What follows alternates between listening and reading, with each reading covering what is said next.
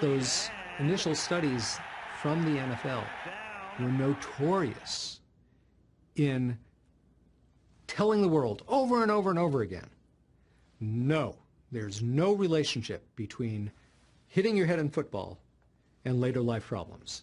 No. Until you've had a concussion, you really, can't imagine how it feels. It's like an out-of-body experience. So a concussion is where either you get hit in the head or your brain shakes, and it bruises, can cause tearing of some of the blood vessels, later scar tissue, and you are symptomatic. See, one of the things people don't know is that you can actually have a very bad concussion and have never lost consciousness.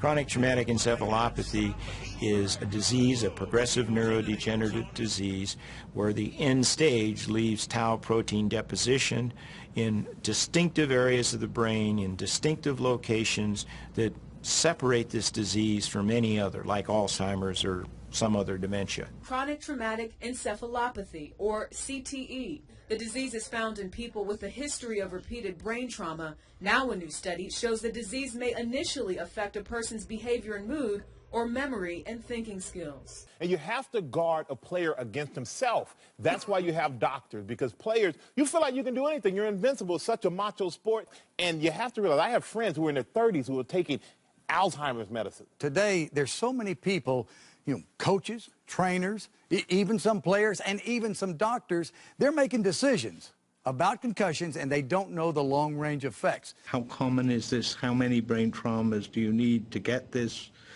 Is this something that everybody will get if they have enough brain trauma? Or is it the result of steroid or drug abuse in a small number of NFL players? We don't know. These are questions, not statements of fact. Good PR is one part of the NFL strategy. But the other piece of it is that the NFL wants to come off as being very forward-looking. The NFL wants to keep pushing these questions into the future, keep the discoveries going, make it seem like these questions that still need to be resolved are things that the league is working with doctors and researchers on. They'd ask you questions, basic questions. Where are you? What day is it? Stuff like that. And if you were able to answer those and seem like you're okay, they let you back in. Back then it was my contract was mostly incentives. So you don't play, you don't get paid. I'm hearing you, but I'm not listening.